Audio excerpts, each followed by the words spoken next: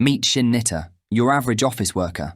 Today, fate seems to be in a particularly playful mood. Nita strikes gold with a 100k yen lottery win, leading him to wonder if perhaps the vending machine deities are equally benevolent as they shower him with an absurd amount of free juice. To top it off, his manager, probably as amazed as the rest of us, applauds his performance and reminds him of an upcoming meeting with a big fish client. As Nita waits in the lobby, he spots a beautiful girl, causing him to engage in some hearty simping. His mind begins to wander and imagines her without clothes. His daydreaming is interrupted by the arrival of Mr. Ando, the potential client from TK Corp. They are ushered to their seats, where a group of spoiled brats at a nearby table threatens to ruin the ambience. Growing increasingly annoyed, Mr. Ando discreetly nudges Shin, prompting our protagonist to embark on a diplomatic mission to hush the unruly bunch. For the sake of this potential business deal, and his own sanity, he approaches the spoiled brats with a plea for silence. They mock him, deeming him pathetic, yet, miraculously, they leave, muttering that Nita is being a mood spoiler.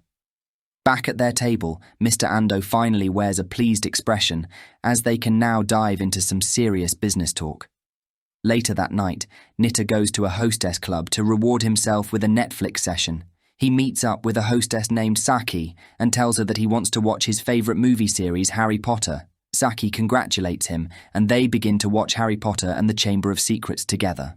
Reenacting his favorite scene, Nita also tries to slither his basilisk into Saki's Chamber of Secrets. However, she tells him that, in this club, they are not allowed to partake in such slithering in her corridors. Nita apologizes, but notices that her Chamber of Secrets is already very damp, if you know what I mean. Saki is not able to handle it. She becomes flustered and tells him that he can let his basilisk slither into her Chamber of Secrets just this one time. Upon hearing this, Nita excitedly slips his hardwood wand into her loose wizard sleeves and casts Expelliarmus. After they are finished, watching Harry Potter and the Chamber of Secrets, he returns home that night, hoping that he can cosplay as Harry again soon. The next day, he enters his office and wonders to himself if he used up all his luck up the night before. The whims of fate take an unexpected twist, as Yuko, Nita's co-worker, delivers a call from a certain Mr. Kikuchiya, telling Nita to meet with him. However, Nita does not recall this name and wonders what this is about. Nita visits the gigantic building where he's supposed to meet Mr. Kikuchiya. Entering the lobby, he can't help but wonder if this is some mistake.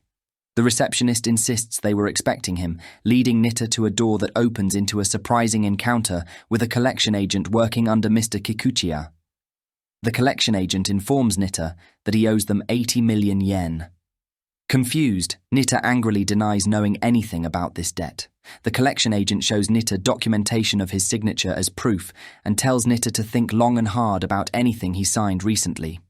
A memory surfaces, last night's magical encounter with Saki, who had him sign a paper that flew right over his head due to some, distracting wizardry thoughts. A chill runs down Nita's spine as he comprehends the gravity of his situation. His financial future teeters on the edge. In desperation, he stammers that he lacks such funds. However, the collection agent does mention an alternative way to pay back the debt: friendship with a particular young lady. Nita goes to the designated spot and sees a young lady waiting for him. Expecting his arrival, she looks up and says, "You're a wizard, Nita?" Bewitched by her looks, the simp stammers a yes. If you enjoyed this video, please leave a like and comment. If you want to see more content like this, please subscribe to my channel.